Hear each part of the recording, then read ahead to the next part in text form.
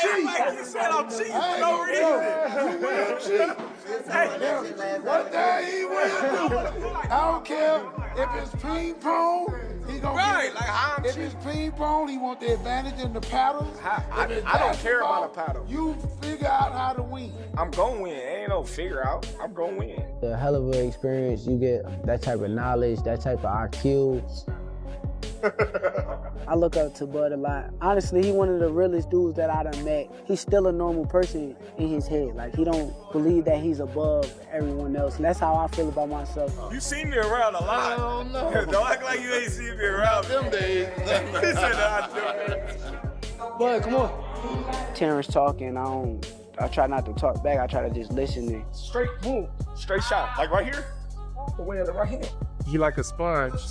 He soak up everything that he need to soak up, put it into his arsenal. Terence Crawford is reportedly training with Shakur Stevenson ahead of his fight against Teofimo Lopez, praising Stevenson's exceptional abilities. He notes that Shakur's speed, defense, and ring intelligence make him extremely difficult to beat. Crawford highlights how Stevenson's combination of skill, agility, and awareness forces opponents to constantly adapt, making him a unique challenge in the ring. Observing him up close reinforces just how dangerous Stevenson can be for anyone. the people that don't go very far. You gotta always be a student. You gotta always be able to learn and pick up things from this person, that person. He's a work of art. The sky is the limit with Shakur. He got the boxing skills and the ability to, do whatever he wants in the ring. And it's gonna be very hard to beat Shakur, with the skills that he possesses and the smarts that he has, and given the opportunity, I think he can pose a great threat to. Terence Crawford praises Shakur Stevenson in a brotherly, supportive way, highlighting his exceptional skills. He says, some people might call Shakur boring, but they don't truly see his talent and mastery in the ring. Terence compares Stevenson to Floyd Mayweather, who was also once labeled boring, yet proved to be a legend. According to Terence, Shakur's skill set matches Mayweather's level, showing precision, intelligence, and speed that make him an extraordinary fighter worthy of respect and admiration. I got Shakur. Are you saying that because that's your man and you don't like Tank? No. Hey, like I said, I respect Tank. Boxing, he's one of the ones. Yeah. we gonna take his personality and personal things out of it. But boxing, he's definitely talented. You know what I mean? And he's definitely got that it. And he's definitely respected in boxing. But Shakur is a different fighter. Shakur's different. People may call him boring. People may say he can't punch. But they say the same thing about Floyd. Because they defensive. In Shakur Stevenson's camp, Terence Crawford teaches him a variety of techniques, emphasizing the value of learning different tricks from every fighter. Stevenson benefits from observing and practicing these diverse strategies, improving his adaptability and skill in the ring. Beyond training, spending time together fosters a family-like atmosphere, strengthening their bond and trust. This combination of technical growth and personal support helped Stevenson develop both as a fighter and as a person. It's like a black kind of thing, like, it's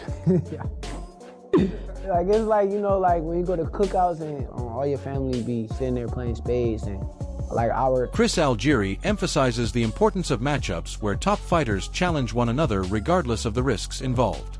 He believes that facing elite opponents is essential for growth and true testing of a boxer's abilities. According to Algieri, taking risks in the ring, even if it leads to losses, does not diminish a fighter's status or talent. Setbacks can be valuable learning experiences, teaching adjustments, strategy, and resilience. He stresses that avoiding difficult opponents may preserve an undefeated record, but it doesn't prove a fighter's skill or legacy. Algieri advocates for courage and willingness to step into high-stakes fights, highlighting that elite boxers are defined not just by wins, but by the challenges they embrace and how they respond when pushed to their limits. Health of boxing on this side of the world. Listen, there's nothing like the Garden. We've both fought there many times. I fought in the big room. There's nothing like the Garden. Just the vibe, like you said, champ, that's around that. And this fight is deserving to be here. It's that good of a fight. It's that big a fight, and especially like I said, like the health of American boxing. This is one of the best fights that can be made. And putting it in the Garden just makes too much sense. But the idea of the turmoil, the eyes on it, the spectacle, the circus. Chris, you talked about the idea that Teofimo Lopez kind of lives in this. That's where he flourishes. That's what he loves. This idea that because there's so many eyeballs on it, it's going to be kind of a circus. Does that favor Teofimo a little bit when you look at the strategy? Yes, no? I'm going to say well, I can't say for certain because there's no certain with Teofimo Lopez. He's one of the most up, down, left, right guys I've ever Mercurial, been around. we could say. I mean, yes. But when he is on, he's damn near unbeatable. I mean, he's such a good athlete. He has such a good boxing IQ. He's so physical and explosive. And again, I've said this on past shows. I've called him many times for Top Rank, been around fight weeks. And it just seems to me, the more out of sorts he seems, the more back against the wall it looks like, the more that he's an underdog, the better he performs. And this could be that kind of situation. New York is a tough place, man. They're already gibbering, but going back and forth saying, like, you know, he reps Brooklyn, but there's kind of questions about his Brooklyn roots. Can he really rep Brooklyn in the way that he says he can? So he's already getting that heat for that. I don't know. It might be a good thing to kind of to poke the bear in terms of how well Teofimo is going to show up. Paulie, that's a huge. You're from Brooklyn. That's a big insult to say that you're not really from Brooklyn. Insult him a little bit. Insult him a little bit. Insult him. But I'll tell you what. There's so many thoughts in my head with this situation because Teofimo is at his most dangerous when he's counted out. And this is going to be one. Teddy Atlas defends both Shakur Stevenson and Teofimo Lopez against the criticism that has followed them throughout their careers. He points out that many observers were quick to claim they avoided challenging opponents, suggesting their records were padded or that they weren't willing to face top competition. Atlas argues that this perception is outdated and unfair, as both fighters have proven their willingness to step into high-level matchups. He emphasizes that their skill, speed, and strategy make them formidable opponents capable of handling elite competition rather than avoiding danger. Stevenson and Lopez have consistently sought opportunities to test themselves, demonstrating growth and adaptability. Atlas believes that the narrative of avoidance no longer applies, highlighting that both boxers deserve recognition for their achievements and the challenges they are now embracing in the ring. Teofimo at certain spot, he's avoiding this guy, he's avoiding that guy. You can't take those shots at these two guys. Definitely can't now. They are stepping up and they are taking fights that a lot of people are probably surprised they took. Now, a lot of people will say style-wise, Teddy, style-wise, is this going to be a great fight? I don't know if it will. I mean, style-wise, I could see you having a little reservations, whether or not these guys will make for dynamite, they will make, for electricity. I don't know if they will, but I tell you what they will make for. Two skillful fighters, two talented fighters, two fighters that are at a high skill level that will compete in the sweet science.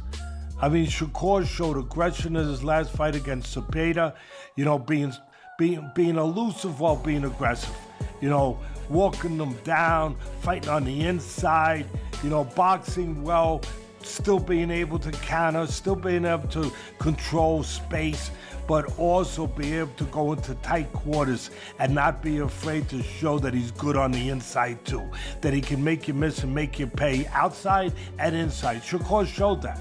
That was great. That was great, and people applaud him. I applaud him. We were sitting there ringside. I was sitting there actually with your sister, ringside, watching that fight. And it was a terrific performance. Shakur showing that dimension, showing that attitude, showing that competitiveness, showing that dog like people like to show or like to. Paulie Malignaggi highlights how Teofimo Lopez frequently encounters criticism and is sometimes underestimated in the lead-up to major fights.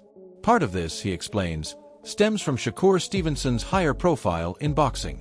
Stevenson enjoys more media attention, a larger fan base, and greater overall visibility. While Lopez possesses tremendous talent, explosive power, and speed, these qualities can be overshadowed in public perception by Stevenson's reputation and the spotlight surrounding him.